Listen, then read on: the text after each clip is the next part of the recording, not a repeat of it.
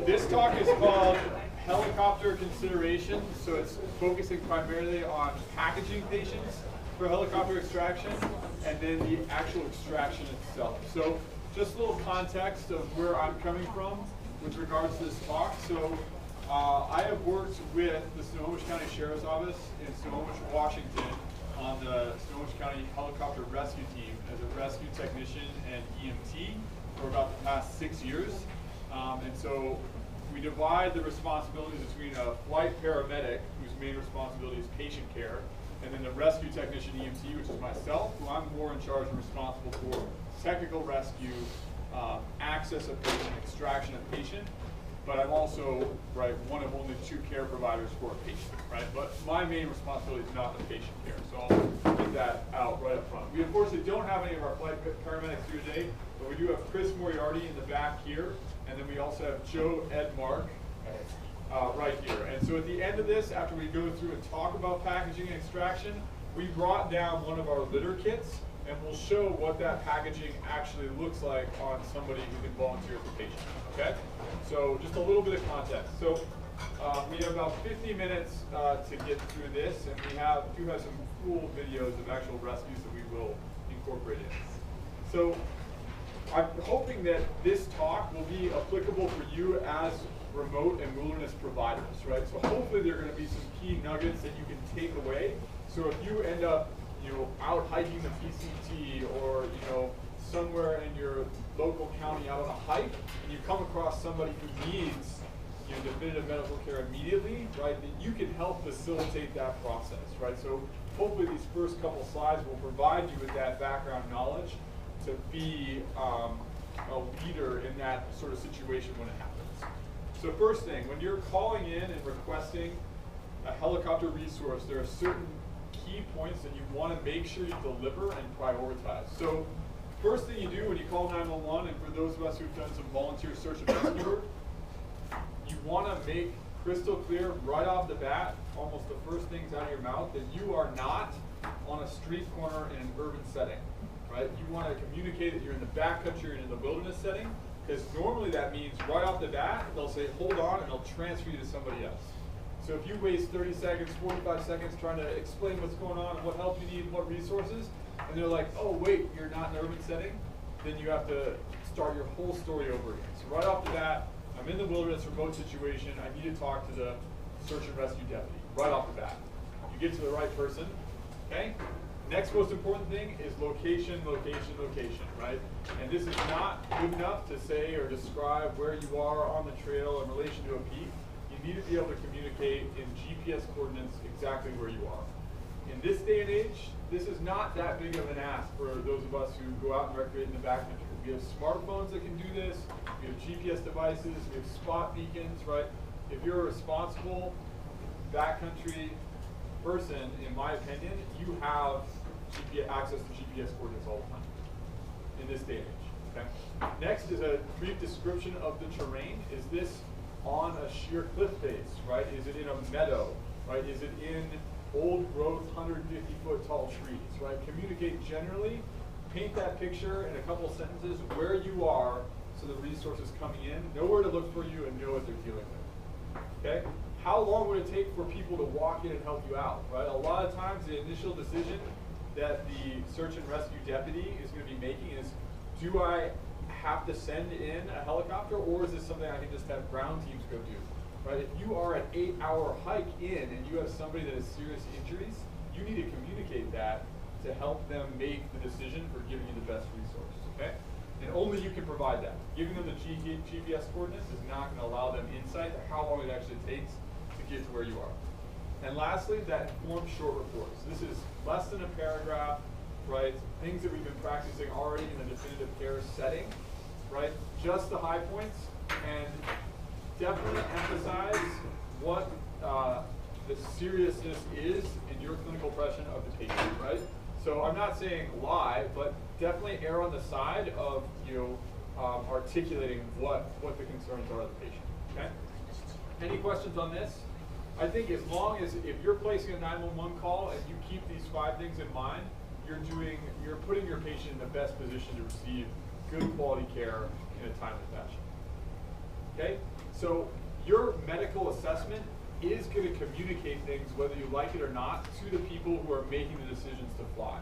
So here is kind of the terminology that is used in this field that indicates how serious your patient is, right? So somebody who has to get to definitive health care, right, a hospital, urgently, right, is somebody who has, right, the life or limb or eyesight consideration, right?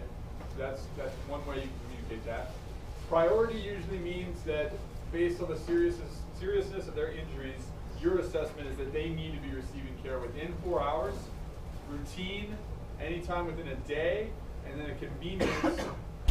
There's no reason for them to medically extract you. But this might still be pertinent. You might have a party of 3 trail runners who are doing a through marathon. One person falls down a slope and has multi-system trauma and needs an urgent evac. And then you have 2 people who have been with them with no gear, right? And and now it's night and they can't stay out overnight. So maybe you have 1 urgent and 2 routine patients, right? So consider this terminology.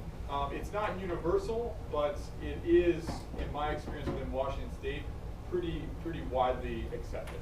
Okay. So establishing a landing zone. If you are in that remote wilderness provider context, this could be something that you are either delegating or doing yourself.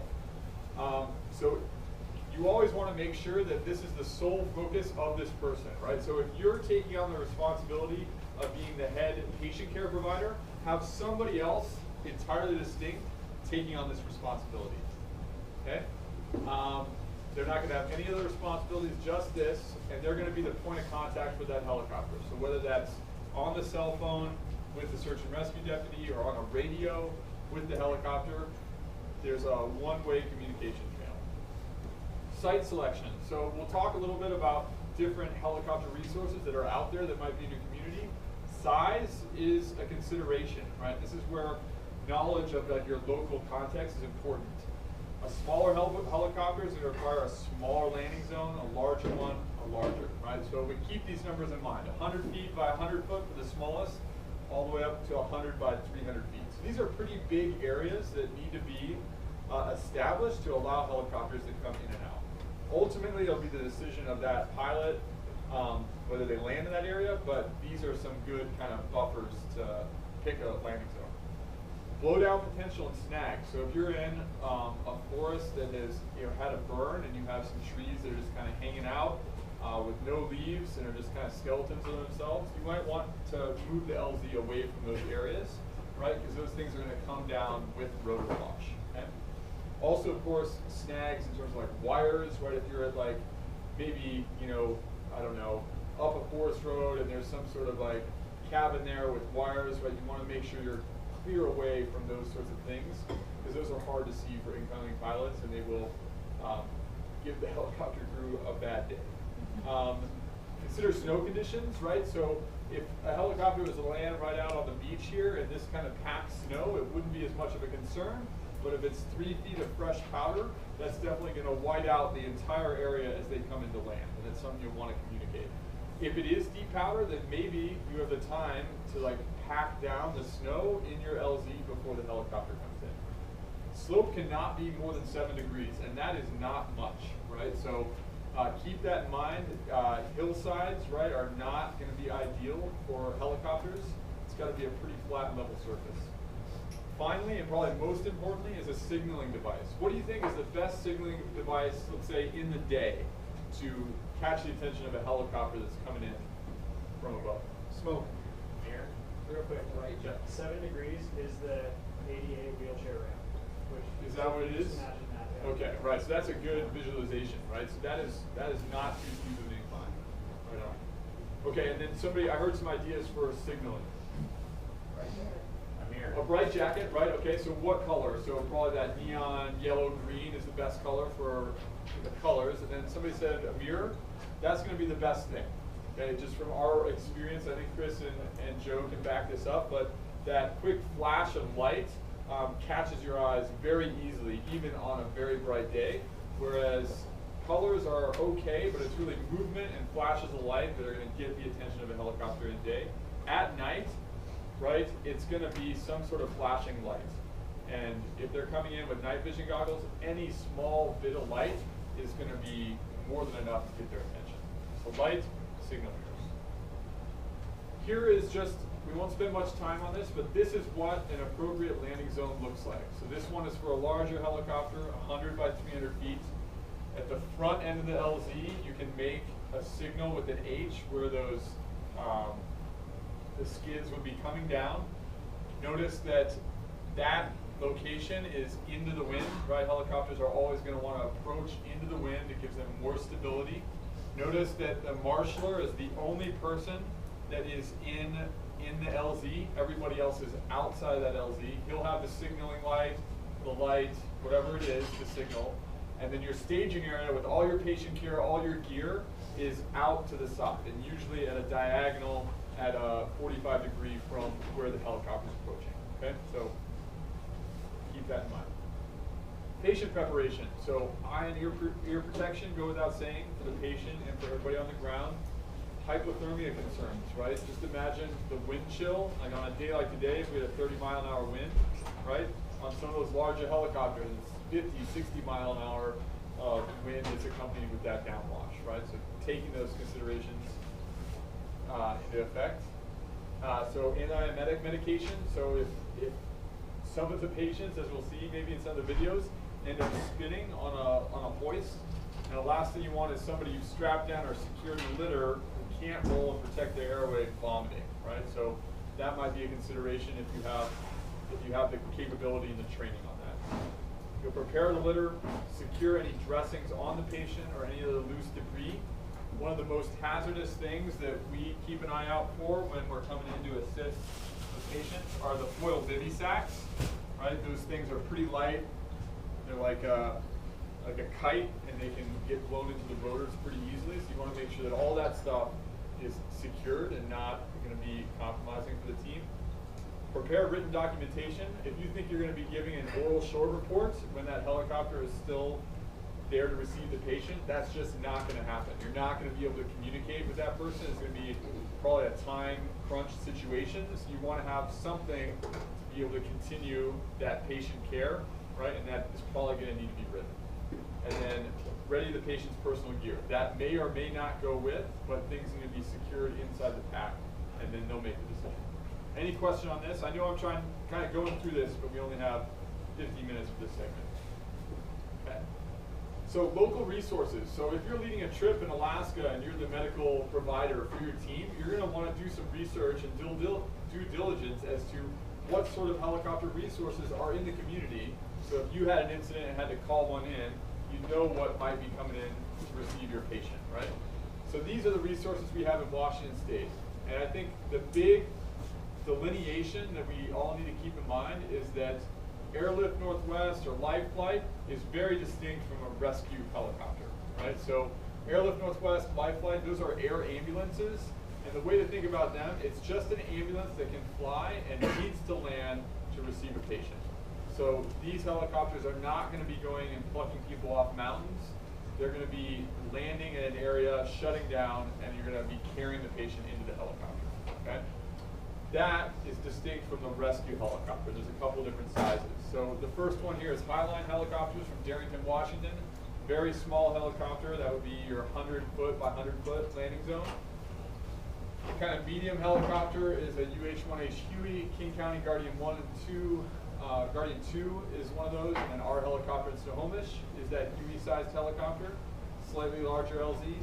And then, for all intensive purposes, the largest helicopters that might be coming in are these UH-60s, like the Blackhawks or Jayhawks, that are through the Army base, Joint Base Lewis McChord, the Dust Off crews over in Yakima, or Naval Air Station Whidbey Island. Okay? There are also Chinooks, which are like, you could fit on this board, right? But those aren't routinely to come in and receive patients. It's going to be something along these lines. You're not going to get to request which helicopter. You'll put in a 911 call. It'll go to the Emergency Operations Center in Washington State that will tax out and see who will accept the mission. But this might be what you're working with in the Washington State region. Okay? Next, so we know the size, capabilities, right? Is this something that's an air ambulance that has to land? or does it have a hoist capable component to it, right? Is it able to hover, lower down a cable, pick somebody up, and bring them back up to the ship? Do they have a long line, so just a line attached to the bottom of the helicopter that the patient's going to be externally transported for at least a portion of the ride, to kind of know how the rescue might be done?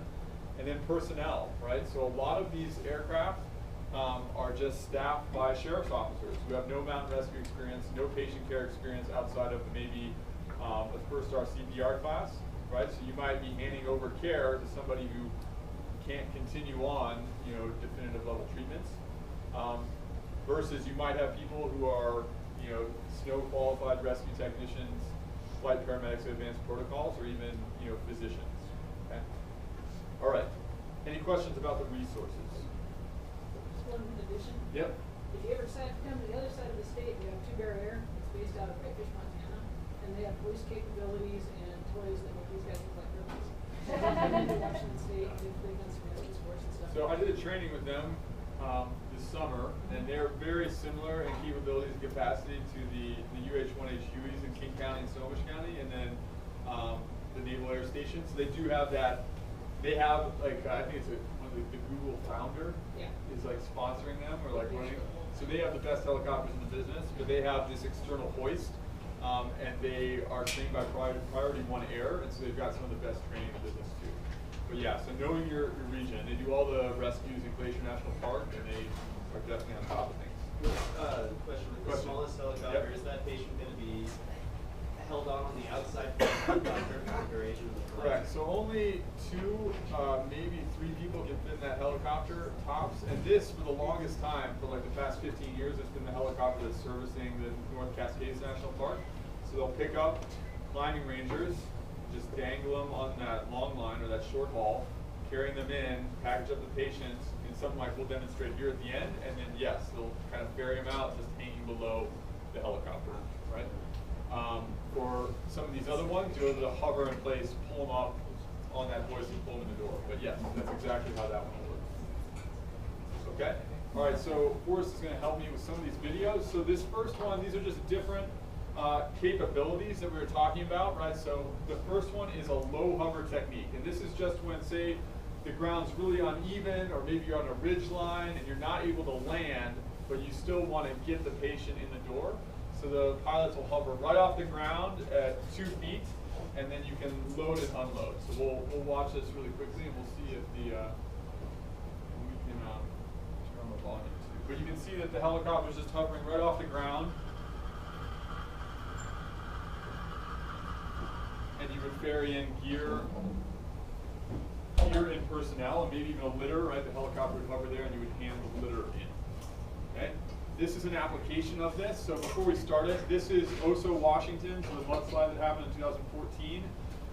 We had like 5 or 6 different helicopter organizations: Airlift Northwest, Naval Air Station, Joint Base Lewis McChord, the Border Patrol, both King and Snohomish counties were there.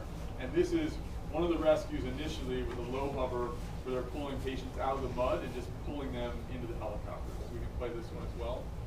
Oh. Back one.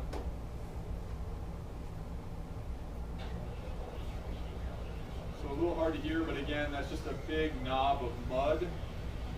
This used to be 40 houses, and when the hillside cut loose and just essentially just caused a huge tsunami of mud and water to knock out all these houses, and there were just people that were, had somehow miraculously not been swept up in that and were just stuck in the mud. This is another thing. So we have Dr. Emily Johnson who's going to talk about the disaster response in Nepal when she was there climbing. But this is a disaster response that could happen in our own backyard, right? So along Highway 530 between Arlington and Darrington, and we have a very remote wilderness area that was once an urban setting. Okay? So low hover is an option. You might be tasked with like helping carry a litter up to the helicopter and ferrying it in. Okay, so then the next is a hoist, and this is a screamer suit, so we can watch this video. So this is just the helicopter hovering in position. They have that external hoist that comes down, and then there's different ways to attach that person to the hoist. So this is just a training up in Snohomish County. And that's the screamer suit. That's what it's actually called, believe it or not. It kind of sits like a hammock, and they go up on the hoist, and they have that tagline to prevent them from spinning. What sort of patients do you think would be put in this sort of device, right? After what we talked about with our rapid patient assessment, would you feel comfortable with somebody who's like totally unconscious, right? Has pain on palpation, their C-spine. What do you think for that patient? Right, probably not. So this is somebody typically, right, who's not going to have C-spine considerations, right? This is somebody who we're not concerned with that about. Maybe a broken arm, maybe a broken leg, things like that we can splint well and they can endure this extraction. Okay, and this is what it looks like. That same technique. This is a rescue of a PCT hiker. And this is what it looks like from the flight medic standpoint. So they'll be coming up on the hoist, the helicopter is hovering in position.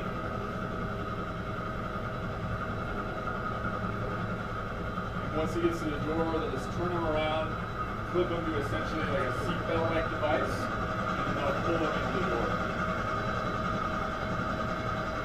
But as you can see,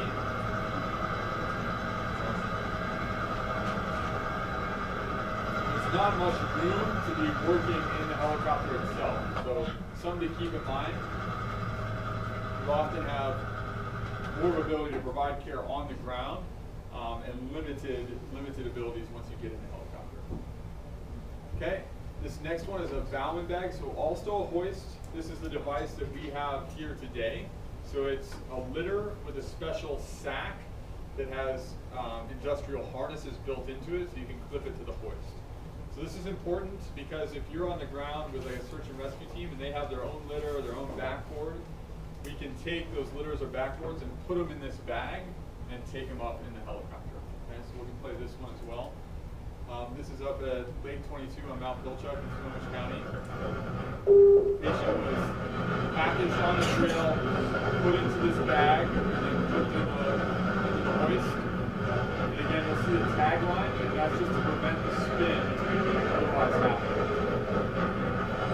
An inherent risk to this technique, just like that other one, is if that tagline breaks and they start spinning, it's hard to regain control. So you can see how somebody would quickly get very nauseous, right, and maybe induced to vomit in those situations. Okay, so same technique. It's still that cable that's on the side of the helicopter that comes down, and these are just different ways of. We'll skip this one, but we do have canine harnesses. You wouldn't believe how many rescues we do of dogs. People may be injured and broken and lost, but they're not going anywhere unless we also take the dog. So, man's best friend, right? Okay. So, what do you think for this? So we have a hoist cable aircraft. This is an actual rescue up on the backside of Chair Peak up at Snoqualmie Pass. And this guy was just out scrambling and got stuck. So what do you think? Are we going to be able to bring that litter in the bowman bag or the screamer suit? Can we put him in the screamer suit? No, right? So this is a strop technique, and it really is just a snatch and grab technique. There's not much more to it. And I don't have the video loaded for this one, so we'll just watch a little bit of what it looks like at a training. So you can go ahead and play this one as well for us. Sorry. It's essentially,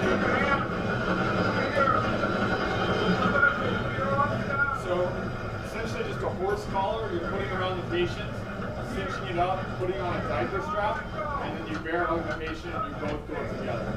So it's the only extraction technique where you actually have two people on the hoist cable at the same time. So you're starting to eat into your risk a little bit. But for people who are stuck on a cliff face like that, there really is not much of a recourse. So a lot of these techniques are going to be, you're going to have to make a decision, and Jonah mentioned this just briefly, but you're making a decision over, in the urban setting, maybe we would do something more in line with our protocols, or we would take C-spine, C-collar, backboard, right, move them in a certain fashion. But in the backcountry, right, we're going to be having to make decisions over what is the best practice in the urban situation versus where we are and what are the given situation for this backcountry situation, right? So for maybe a person stuck on the cliff face who does have a C-spine injury and broken bones, right, it's too dangerous or just not possible to take all those precautions and put them in the bowman bag. right? So sometimes in those situations you're having to make decisions, right? Life over limb decisions, right? Okay. And then we'll just show one more video. So this is the short haul technique. So again, this is a long line. As you can tell, just attached to the underside of the helicopter, and it's going to stay there. So we can play this one. This is called the air tech device.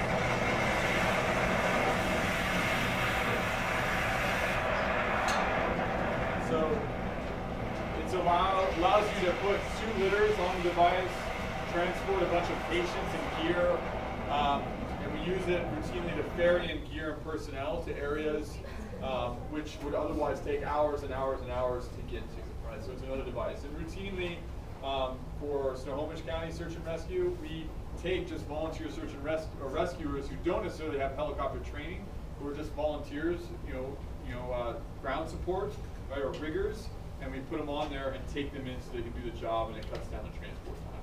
So if you get into search and rescue, this might be something that you end up doing. What keeps that from spinning with just the one cable?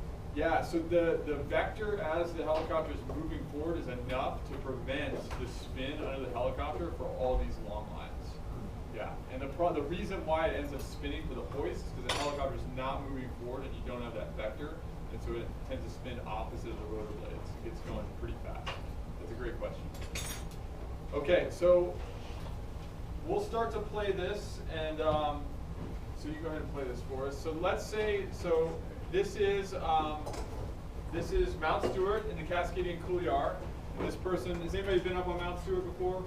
Okay, so there's a long alpine route on the north face. These guys have done it in pretty fast time, but didn't bring ice axe and crampons. And so when they were coming down the walk-off route, they slipped on hard-packed snow in late summer, and the guy went down probably about 600 feet and then tumbled through these rocks. So you can't tell it very well, but he has fractures of just proximal to both of his knees, and he's got some internal bleeding going on. So he was out all night. They didn't have a cell phone. They didn't have a personal locator beacon, and his buddy had to run out to get help. So this is probably about, so you can see he's starting to have either a seizure or some sort of mentation event here, right?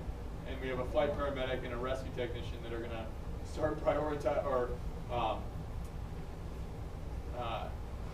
changing the way they're providing care. So we can kind of watch this, but let's brainstorm a little bit. So in this rocky terrain, how are we gonna, what do you think? Is it gonna be easy or hard to get this person into a litter or to affect treatment? We're gonna have to split both lower extremities. What do you think? So the terrain fundamentally is going to be problematic, right? It's rocky terrain, right? We're going to have to find an area where we can actually put a litter in. What about resources? Do you think you have enough people to affect these treatments or to move the patient? Right? We just saw how tricky it is to move a patient on a high friction surface, snow, right? On flat ground in a parking lot. Right? Imagine it on a 15-degree couloir with a bunch of rocks, right? Okay, so we'll let this play. And what we'll have is both Joe and Chris will come up, and I'll narrate as they go through what patient packaging looks like. So we have an exact litter kit that we would use for a patient who has suffered a high mechanism injury and needs like a full spinal treatment precaution. And so we'll go through that. And so you might not be able to see, so you can stand up, but we need somebody to volunteer as a patient who doesn't mind getting all bundled up. Not everybody wants? Okay, all right. Okay, so if you don't mind maybe lying down right in the middle here. And then you can stand up if you're not able to see, and I'll narrate as Chris and Joe go through this.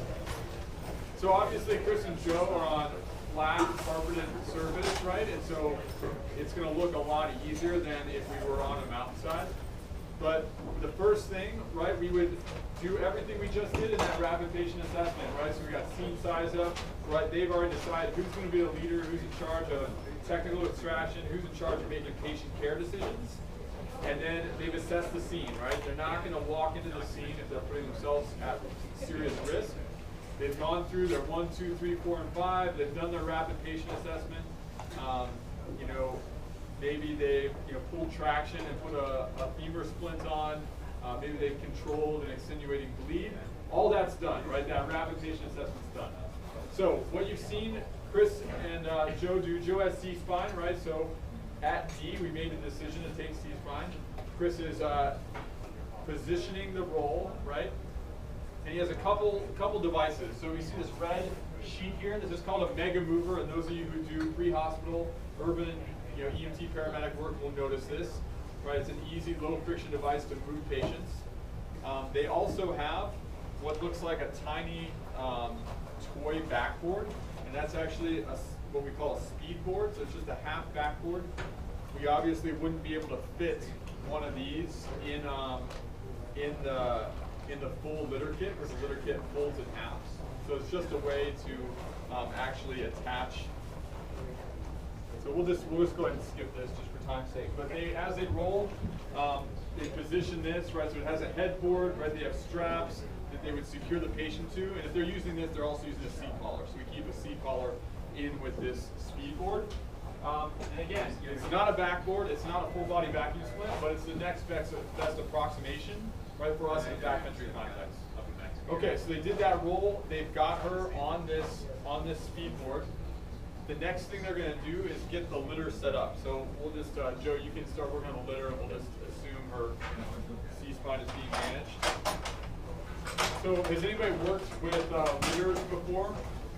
Right, okay, so this is a titanium litter, right, splits in half for ease of transport, and you're able to pretty easily put it back together. It's the same sort of litter you would use for technical extraction, so you can physically tie somebody and secure them into this litter.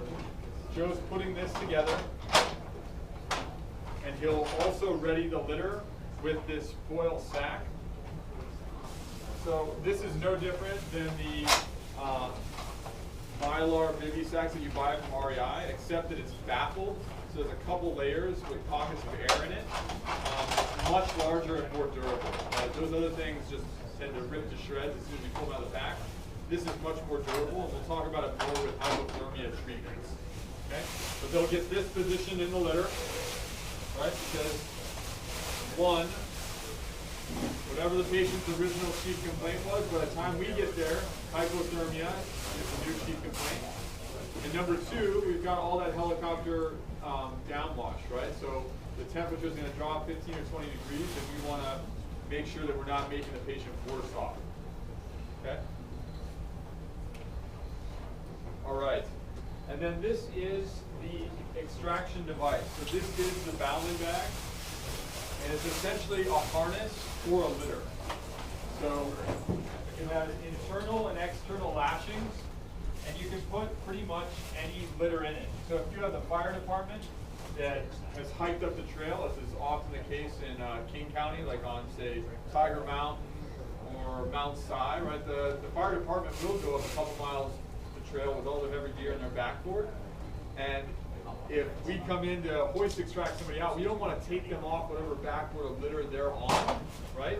We want to just use their litter and put it in our sack, essentially. So you notice that that mega mover, right? Something that you can use two people very easily, pretty much any weight of a person, right? It might be more difficult the heavier the person, but you can easily move somebody with that mega mover. Next is this some form of insulation. It's called a doctor down blanket, and they're going to put it on top, and then ideally we fold that blizzard blanket or that Mylar bivy sack around them. Okay. Next, there are going to be some lashings, just to secure the patient in the litter, and then the final step will be getting them into this bag.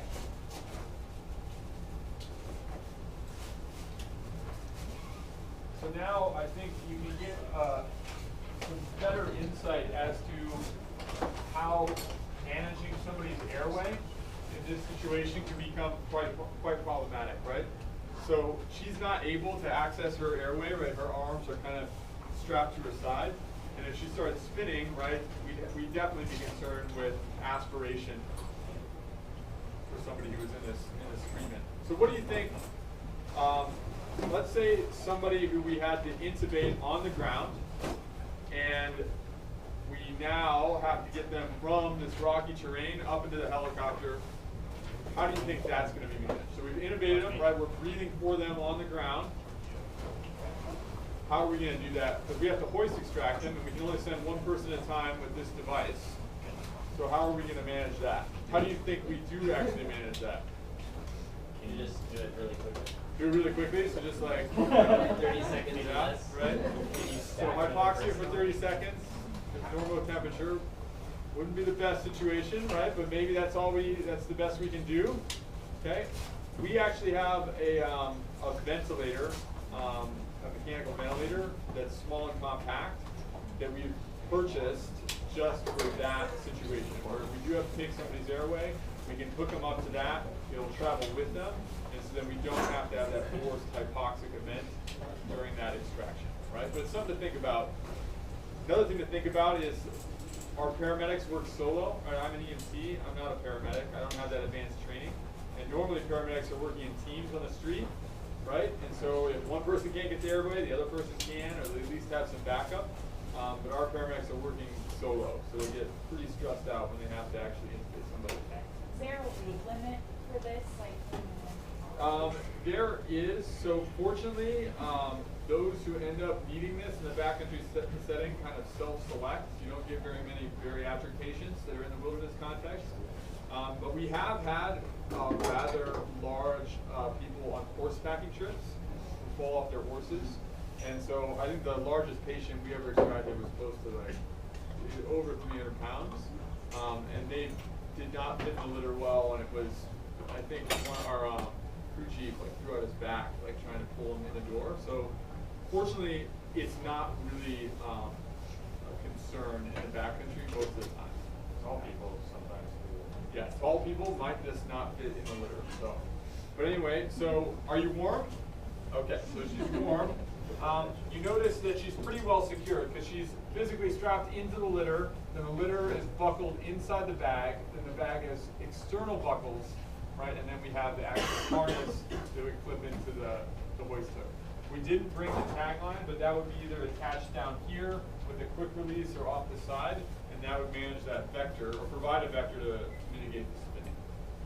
Okay, so any questions either about some of the comments of how you could best prepare to assist with an extraction or any of the patient packaging unique to helicopter extraction? I noticed these hooks on the top. Is that like, if there are like vomiting concerns, can you do a vertical hoist with these? So no, we can't do a vertical hoist with these. For some like technical rope rescues, you can do techniques where they are in a vertical position, but we don't have that capability. That hook is for what we call a capture strap, which is a seat belt. That essentially, so as they come up on the hoist, before we pull them in, we connect them to that seat belt so we have them secured somewhat in the helicopter. Yeah, great question. That would help mitigate, right, the aspiration risk if we can hoist in that fashion. Might be a little bit more entertaining for them on the way up though. The straps are also oriented so when the litter comes up, it's not dead horizontal. It is pitched a little bit head up. Yeah, good question. Okay, another one over here. So when you make the call in for a patient, they are deciding on the other end what they're going to send you. Will they tell you? You have no idea until it shows up. Are you going to be expected to help? I mean, it's obviously great if you can, but yeah. So it just depends on who's coming in. Like we routinely, like say when Joe and Chris go down the ground, they will kind of assess who are the bystanders within the party and like determine to what extent they can participate in the rescue. Maybe they have backcountry experience and medical experience that can help with the patient packaging and the treatment, or maybe they're just making the situation worse and like bumping up the anxiety of the group, and they need to get them out of the scene. So for other teams, they don't want any help from bystanders. So it's just going to depend. And to answer your other question, you don't always know what resources coming in. But if you stay in contact with that sheriff deputy or whoever you called 911 to, sometimes you can kind of piece that information together. So also, the thing to keep in mind is if you're on your A game and you're providing all that information we discussed at the beginning, right, you're going to be instilling confidence in these people who are overseeing the rescue. Right? They're going to be like, man, this person knows what they're talking about. They did a good medical assessment. I have a clear picture of where they are and what the medical needs are, right? And so you might be, participating a little bit more in the planning or the management of that scene, right? Ben? where were the vents in that situation? Yeah, so the vent is just going to sit like just to the side of the chest. Yeah, it's not directly on it. It's a pretty small vent. We weren't able to bring the ALS kit today, but it is a pretty compact and easily kind of positioned device. Is it just like one standard tidal volume with that one? That's a good question. No, it has a certain number of settings, but it doesn't have I don't use vents obviously yet in my training, but my understanding it doesn't have the flexibility of other vents do to program it, but it does have a range of settings. Right, so we don't have the medical gear with us, but we have, thanks to remote medical actually, some carbon fiber oxygen tanks, which, right, so it's a more durable, stronger material, so you can squeeze more air into it. So we would have the ability to provide oxygen over a longer period of time than you would typically with maybe like an urban setup oxygen tank. But it's definitely a limited commodity in the back end of the setting, but we do bring that. Yeah. Okay, any other questions? Yep.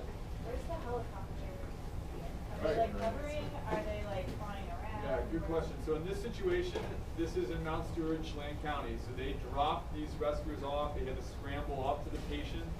And in the meantime, they went and landed and shut down state radio contact. And so there's a lot going on in terms of like, well, you know, what's the plan? How are we going to do this? Do you need additional resources? Sometimes, like, it's a technical rescue, and they have to go get more ground rescuers. They have to get more rescue techs, and maybe more medics to help effect the rescue. So it's something that's just unique to each situation. Okay. Any other questions? Okay, if there are no other questions, Might be kind of silly. It looks like it's cold there, but they haven't warmed him up. Is there a reason why he's still exposed? Yeah, no, that's a good question. So that the filming started essentially right as they were beginning their assessment with him. And at this point, it is not windy and it's pretty warm. It was definitely cold during the night. I think this was like late August. So now the sun's out and it's 70 or 80 degrees, but he was definitely hypothermic throughout the night. He's got a lot of stuff going on. He's been out now for like 16 hours waiting for extraction. But yeah, we just talked about, right, environmental concerns during our rapid patient assessment, one of our stop and fixes. So that's a good catch, right? We want to limit additional heat loss in a patient, right? Especially somebody who has fractures and internal bleeding, right? So the colder they are, the worse they are. There you go, they heard you. They heard you. Nice work, Morton.